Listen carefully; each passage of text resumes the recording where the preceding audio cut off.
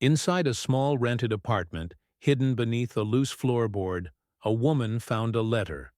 A letter written by someone who claimed they were going to die that night, and that the truth inside that envelope must never reach the wrong person. When Olivia Carter moved into apartment 2B, she wasn't expecting much, just a cheap place. Somewhere small, somewhere temporary. She had recently gone through a difficult breakup, lost her job, and needed a place fast. Anywhere that wouldn't drain her. Last savings. Apartment 2B was old but clean. The building was quiet, tucked between an abandoned grocery store and a pawn shop that smelled like rust and regret. The landlord, Mr. Halpern, was kind but strangely nervous. He handed her the keys with shaking hands and said, "Most people don't stay long in 2B, but you seem different, stronger." Olivia only smiled awkwardly, thinking it was just a weird old man comment. She had no idea how prophetic his words were. On her second night, Olivia heard a clink under the floorboard near the radiator. She thought it was a rat or loose pipe, but when she stepped on the board again, it moved. Slightly. Curiosity replaced fear. She knelt down, pulled at the wood, and it lifted. Inside, a small metal tin. Old, rusty, carefully hidden. She expected coins, maybe drugs, maybe nothing. Instead, a letter. Yellowed, fragile. Addressed only with one sentence. "If you're reading this, I'm already gone." Olivia froze. It wasn't signed, not sealed, not folded neatly, just trembling handwriting on old paper. Her heart hammered. She opened it. Inside, 3 pages. Shaky, rushed, written with desperation. And the first line read, "My name is Eleanor Shaw, and tonight, I'm going to die." The letter continued, "I don't know who you are, but if you found this, the truth needed to reach someone, anyone, before he finds it." Olivia's stomach tightened. He? The next line stopped her breath. "I don't have long. He thinks I'm asleep. But once he realizes I know the truth, he'll come for me." Olivia looked around her dim apartment. Suddenly, every shadow felt alive. Every creak sounded like a footstep. She kept reading. "I lived in 2B for 11 months, and in those 11 months I learned one thing. The man who lives below this apartment is not who he pretends to be." Olivia felt a cold shiver. Below 2B was apartment 1B. A man lived there now. Quiet, harmless looking, always in a gray hoodie, always avoiding eye contact. She had seen him twice. Once when she was moving boxes, and once when checking her mailbox. He never smiled, never spoke, never looked up. The letter continued. "He watches every tenant who moves in. He knows our routines. He knows when we leave, when we sleep, what we throw away." Olivia suddenly remembered the feeling from the day before.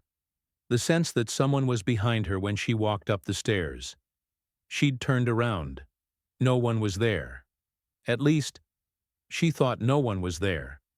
Then the letter grew, darker. "He told the landlord his name is Stephen, but that's not his real name.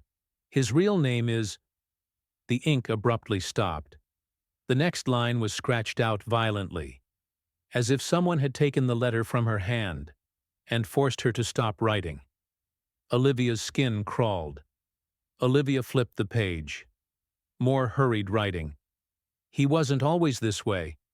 According to the older tenants, Stephen moved in after his wife disappeared. They said she left him. But I don't believe that. Not after what I found in his storage unit." Olivia exhaled sharply. "Storage unit?" The letter continued. "Unit 34, basement level. If you're reading this, please don't go alone." Olivia checked the basement map she'd seen earlier. Unit 34 belonged to 1B, to Stephen. Her heartbeat thundered. "I saw things in that unit that no one should ever see. Personal items that didn't belong to him. Clothes, jewelry, photographs of women who never lived here. Olivia's throat tightened. There were other things, too. Things he collected. Things he kept. Her eyes raced to the next lines. He knows I know. He came to my door tonight, knocked 3 times, but I didn't open. I won't survive the next time. Olivia's breath shook. Then the final sentence. I'm leaving this letter, so the truth doesn't die with me. Olivia stared at the letter for a long time, her mind spinning, her heart racing. Was this real? A tragic story of a paranoid woman?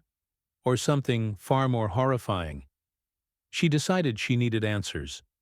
Starting with, the landlord. Olivia marched downstairs and knocked on Mr. Halpern's office door. He looked startled to see her. Apartment 2B, he said quietly. I wondered how long it would take. Olivia held up the letter. He paled. Where did you find that? Under the floor, she said. Is any of this true? Mr. Halpern closed the office door behind her. I didn't know Eleanor personally, he whispered. She disappeared before I bought the building. Disappeared? Olivia asked. He nodded slowly. The previous landlord said she left in the middle of the night, took nothing with her. But this letter says otherwise. He swallowed hard. You should leave that apartment. Olivia stepped back. Why? Because of Stephen? He stiffened. Do not say his name in this building. Not loudly. Why? Olivia demanded. Because he hears things he shouldn't, Halpern whispered. And because I don't know what he's capable of. Olivia shook her head. You rent rooms under a man you think is dangerous? He closed his eyes. He pays in cash, never late, and I am not a brave man. Olivia knew she shouldn't, but she couldn't stop herself. The letter burned in her pocket as she walked down the creaky stairs to the basement. Every step felt heavier, darker. The hallway was barely lit, concrete walls cold and damp. Unit 34 sat at the far end. Olivia approached it, her heart pounding so loudly she was sure someone could hear it. The lock was old, rusty, almost decorative, and to her shock, it wasn't, fully latched. She pushed gently. The door creaked open. Inside, a small bulb flickered, revealing shelves stacked with boxes. Olivia stepped in, her breath shallow. At first glance, nothing seemed unusual. Old tools, cans of paint, a broken chair. But then, a box labeled Photos caught her eye. She opened it. Her hands trembled. Inside were dozens of Polaroids. Women, sleeping, eating, walking, reading, entering their apartments. Most of them were tenants of this building. And then, a photo that made Olivia ice cold. A picture of Eleanor Shaw, the woman who wrote the letter, taken through her window, at night, while she slept. Olivia covered her mouth. Suddenly, footsteps, slow, deliberate, coming down the basement stairs. Olivia froze. The letter crinkled in her pocket. A shadow stretched across the wall. Someone else was down there with her. Olivia backed into the storage unit, hiding behind a shelf. The footsteps stopped right outside the doorway. Then a low voice. You shouldn't be here. Olivia felt her blood go cold. Stephen. He stepped inside, calm, silent, predatory. I knew someone would eventually find her things, he said, scanning the room. But I didn't expect it to be you. Olivia clenched her fists. What happened to her? She demanded. Stephen tilted his head. She was curious, like you. He stepped closer. Curiosity is dangerous in old buildings. People fall, doors jam, necks break. Olivia's breath tightened. You killed her, she whispered. He smiled faintly. I wouldn't use such ugly words. Olivia stepped back. Why take pictures of all the women? Stephen shrugged. Everyone collects something. He moved toward her, slow and calculated. Olivia spotted a metal tool on the shelf, a rusted crowbar. Her fingers twitched toward it, but Stephen noticed. "Don't," he said softly. But Olivia grabbed it anyway, and ran, out of the storage unit, down the hall, up the stairs. Stephen followed, quiet but quick.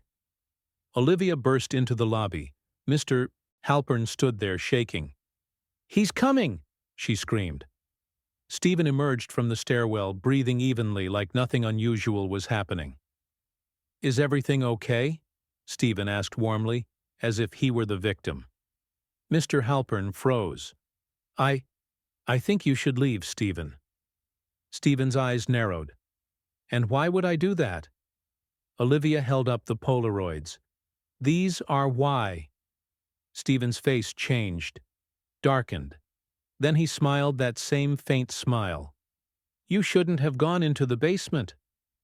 Before Stephen could move, Mr. Halpern stepped between them. "You're not hurting anyone else," he said, voice shaking but firm. Stephen took one step forward. And that's when it happened. Police sirens, close, loud. Stephen's eyes widened just enough. Olivia had called 911 from the basement before he arrived. He bolted toward the back exit, but officers burst in at that exact moment. "Hands where we can see them!" Stephen froze. For the first time, he looked afraid. They tackled him, handcuffed him, dragged him away, screaming, "This isn't over, she knew. She shouldn't have written that letter." Olivia collapsed to the floor. Mr. Halpern sank beside her, whispering, "I should have done this years ago. I'm so sorry." 2 days later, detectives confirmed. Eleanor Shaw never left willingly. Stephen had been stalking women in the building for over a decade. He kept trophies, photos, letters, personal items, and Eleanor's letter, the one Olivia found, was the only record she left behind. The truth survived because she hid it well enough and prayed the right person would find it. Before leaving 2B for good, Olivia slid the letter back beneath the floorboard. She whispered, "Someone found your truth, Eleanor. Rest now." And as she closed the door one last time, she could have sworn she felt a gentle breeze pass by, like a thank you. If you want more long, emotional, dark stories like this one, stay tuned for the next video.